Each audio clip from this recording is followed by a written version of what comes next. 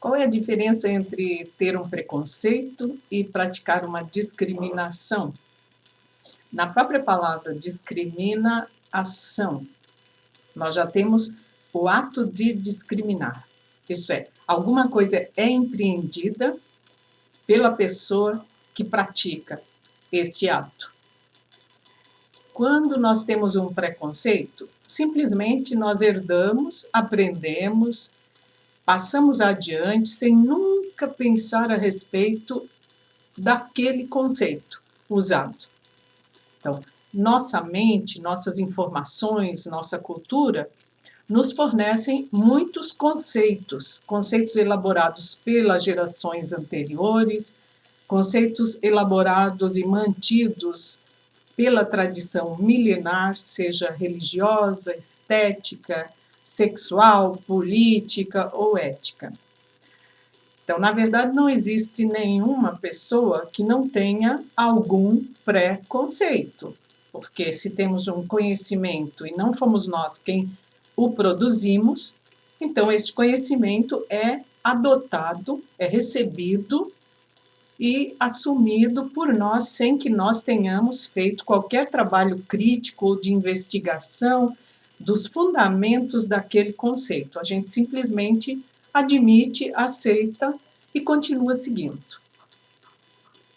Muitos destes conceitos que nós recebemos da tradição são o combustível para uma outra forma de pensar, que é, então, o pensamento discriminador. Quando nós formulamos um conceito, nós sempre temos que separar algo que se parece de algo que difere.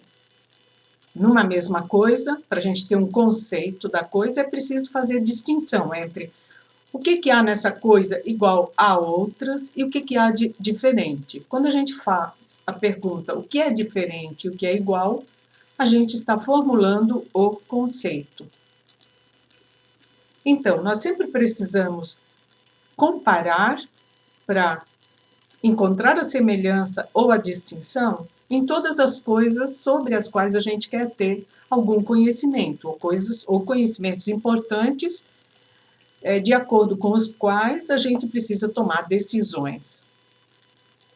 Nós discriminamos quando nós tomamos por fato que determinadas coisas são iguais quando elas não são, ou que, se são diferentes, precisam ser tratadas de modo diferente também. Então, nós temos a discriminação, uma ação de discriminar, que é um conceito político e ético importante, quando nós separamos o que é igual por conta de alguma característica que não é igual. Então, nós temos seres humanos, por exemplo, e nós separamos. Nós temos humanos portadores do sistema reprodutor masculino e temos humanos portadoras do sistema reprodutor feminino. Portanto, entre masculino e feminino, aqui vem o ato de discriminar, há uma hierarquia. Quando não há hierarquia. Então, nós tomamos as diferenças, que são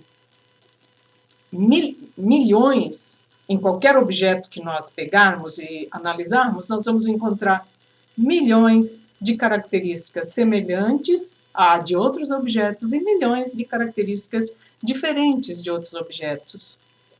Mas quando nós pegamos a diferença como pretexto para fazer uma hierarquia e submeter uma parte a outra nesta hierarquia, então nós discriminamos.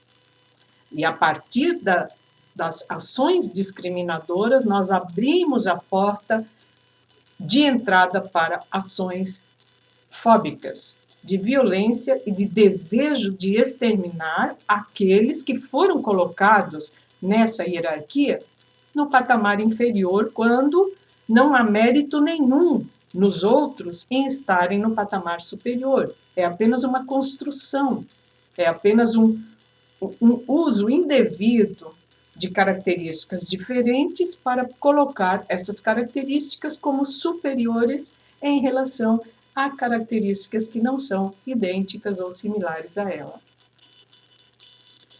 Na história do movimento de defesa dos animais, nós tivemos um pensador que não é conhecido, no Brasil ele é conhecido porque introduzimos em todos os nossos textos, já desde a década de 90, já introduzimos a teoria, a concepção deste pensador britânico, chamado Humphrey Primat. Primat era músico de formação na universidade, depois fez um doutorado em teologia e foi finalmente ser pastor numa igreja anglicana em Aberdeen. E lá ele morreu aos 42 anos de idade, e deixou apenas um pequeno livro escrito que chama The Duty of Mercy, o dever de compaixão. Neste livro, o Primat elabora pela primeira vez, de forma muito clara, contundente e fundamentada, a teoria da discriminação que os humanos praticam contra os animais. Uma forma de discriminação que hoje, na década de 70 do século XX, Richard Ryder, também na Inglaterra, denominou de especismo, para fazer um par com o racismo e o machismo. Voltando à teoria do Primat, neste pequeno livro, Dever de Compaixão, Primat analisa a história moral da humanidade e critica o atraso moral no qual os formadores de opinião, os religiosos, os clérigos, os políticos, os cientistas, os artistas ainda se encontravam em 1776. É desta data a obra O Dever de Compaixão do Primat.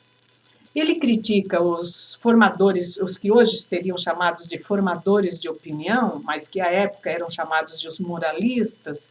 Ele critica, então, essas pessoas que têm o poder moral de formar a opinião das outras, de formar conceitos, por terem, ao longo da história humana, discriminado o estatuto, a estatura dos animais não humanos em relação aos humanos. E diz, neste livro, que enquanto os humanos derem importância apenas à aparência externa do outro ser capaz de sentir dor e de sofrer, classificando esse ser como menos digno de respeito e consideração aos seus interesses e direitos, enquanto os formadores de opinião elaborarem este conceito discriminador contra os outros animais, nós não evoluiremos eticamente.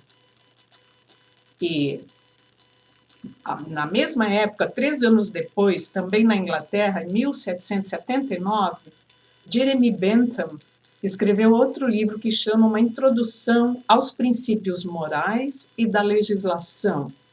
Neste livro, há uma nota de rodapé bem grande, extensa, na qual Jeremy Bentham resume a questão posta por Humphrey Primat no Dever de Compaixão, dizendo: até hoje os filósofos só se preocuparam em afirmar que os animais não são iguais a nós, humanos, porque eles não falam.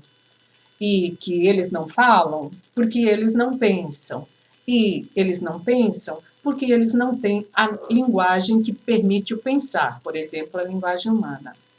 Entretanto, conclui Jeremy Bentham, fazendo sintonia total com Humphrey Primat, o que importa na ética não é se os animais pensam ou falam. A única coisa que importa é se eles são ou não capazes de sentir dor, de sofrer e de temer a morte, igualzinho a todos nós.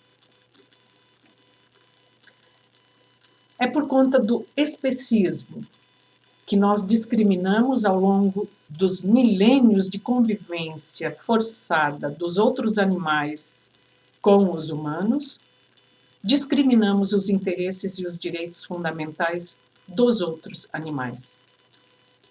E, atualmente, nós fazemos ainda uma segunda forma de discriminação quando nós selecionamos, elegemos alguns animais para estima, os animais que nós trazemos para o nosso colo, especialmente cães e gatos, enquanto temos a maior indiferença em relação à dor, ao pavor e ao medo dos outros animais que nós compramos mortos para comer, ou que deixamos os cientistas usarem nos laboratórios para fazerem testes de todo tipo, ou que queremos mortos para tirar deles a pele, os pelos, o couro, para fazer adereços e enfeites para o nosso corpo, ou que deixamos matar para testar cosméticos e produtos que embelezam o nosso corpo, ou que deixamos torturar para nos divertir.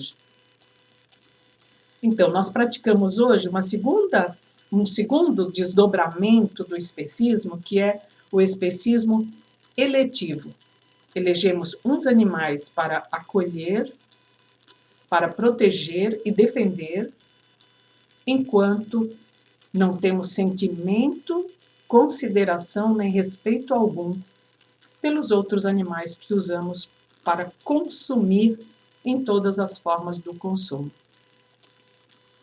Esse desdobramento do especismo em especismo eletivo, ele faz par com o primeiro especismo, que é uma forma de especismo elitista. Então, entre os animais, os filósofos, os teólogos, principalmente os filósofos e teólogos, e depois os cientistas, seguindo o rastro dos filósofos e teólogos, desdobram os animais em duas categorias. Encontram diferenças e semelhanças entre os humanos e os não humanos, mas colocam sempre as diferenças que há nos humanos numa hierarquia, dizendo que as diferenças presentes nos humanos são a razão pela qual os humanos podem dominar, explorar, escravizar e matar os animais. Este é um especismo elitista. Elege a racionalidade e a linguagem humanas como padrão moral absoluto para julgar e condenar a tortura e a morte todos os animais que não tenham esta racionalidade humana, embora tenham a sua racionalidade específica, e não tenham a linguagem humana, embora todos os animais, das aves aos peixes, passando pelos mamíferos, sejam dotados de linguagem. Uma linguagem que ainda é segredo para nós, não por incompetência dos animais, e sim porque nós, do alto da nossa tão prestigiada inteligência, nunca paramos para estudar e decodificar a linguagem de todos os outros animais.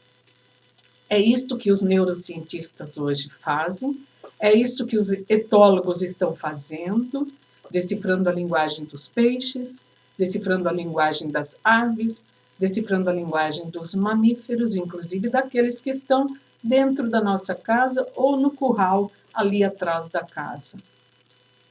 Nós estamos muito atrasados do ponto de vista científico, etológico, ético, estético e cultural, de modo geral, na questão do nosso relacionamento e da nossa interação com os animais não humanos. É preciso uma luta para pôr fim ao especismo elitista e eletivo, assim como lutamos para pôr fim ao racismo e ao machismo. Namastê.